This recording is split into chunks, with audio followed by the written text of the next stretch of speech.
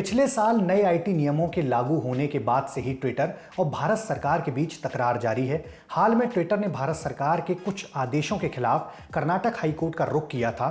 ये आदेश कुछ अकाउंट्स को ब्लॉक करने और कुछ कंटेंट को हटाने को लेकर थे। अब पता चला है कि भारत सरकार ने फरवरी 2021 से 2022 के बीच अकाउंट्स को ब्लॉक करने के 10 आदेश दिए थे। इनमें से 1474 अकाउंट और 175 ट्वीट्स को हटाने को कहा गया था। अंग्रेजी अखबार द इंडियन एक्सप्रेस के मुताबिक ट्विटर ने हाईकोर्ट में जो याचिका दायर की, उनमें से 39 लिंक या अकाउंट को ब्लॉक करने के आदेश को रद्द करने की मांग की गई है। ट्विटर ने कोर्ट को बताया है कि सरकार किसी भी खास ट्वीट के बारे में जानकारी देने के बजाय सीधे अकाउंट को ब्लॉक करने के आदेश जारी कर रही है। कंपनी ने कहा कि ऐसे आदेश लगातार बढ़ रहे हैं। कई लिंक में राजनीतिक और पत्रकारीय कंटेंट होता है। ऐसी सूचनाओं को ब्लॉक करने से अभिव्यक्ति की स्वतंत्रता का घोर उल्लंघन होता है, जो कि ट्विटर अपने यूजर्स को उपलब्ध कराता है। ट्विटर ने यह भी दावा किया है कि सूचना और प्रौद्योगिकी मंत्रालय कई बार ब्लॉक करने के आदेशों में सही कारण नहीं बताती है, जबकि धारा 69A के तहत यह जरूरी है। कई आदेशों में यह नहीं बताया गया है कि कंटेंट धारा 69A का उल्लंघन कैसे करती है। कंपनी ने अपनी याचिका में ब्लॉक करने के कुछ आदेशों को असंवैधानिक बताया।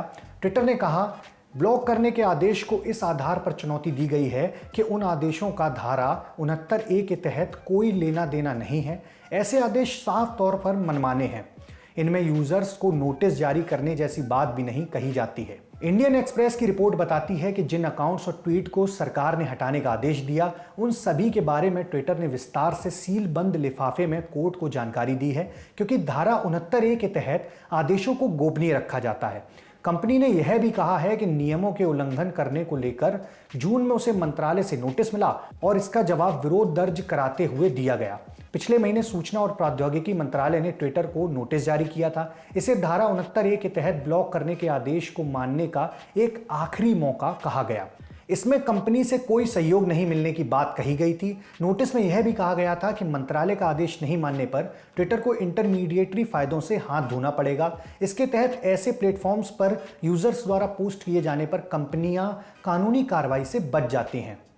नोटिस में सरकार ने ट्विटर को नए आईटी नियमों के हिसाब से काम करने के लिए 4 जुलाई तक का वक्त दिया था। इसके बाद ही ट्विटर ने कोर्ट जाने का फैसला किया।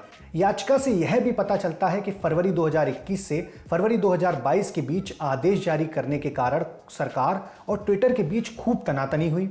ट्विटर ने मंत्रालय को लिखा कि अपने आदेशों पर पुनर्विचार करे। मंत्रालय ने ट्विटर के कंप्लायंस ऑफिसर को 2 दिनों के भीतर 2 बार समन किया। आईटी एक्ट 2000 की धारा 69A केंद्र सरकार के पास किसी अकाउंट या पोस्ट को ब्लॉक करने या हटाने के लिए आदेश देने का अधिकार देती है। सरकार भारत की अखंडता और प्रभुता, भारत की रक्षा सुरक्षा, दूसरे मुल्कों के साथ दोस्ताना संबंधों या किसी अपराध के बाद कानून व्यवस्था को बनाए रखने के हित में सोशल मीडिया प्लेटफॉर्म्स को यह आदेश दे सकती है। नियमों के तहत ब्लॉक करने के ऐसे आदेशों को एक रिव्यू कमेटी के पास भेजा जाता है, जिसके बाद अंतिम निर्देश जारी होता है।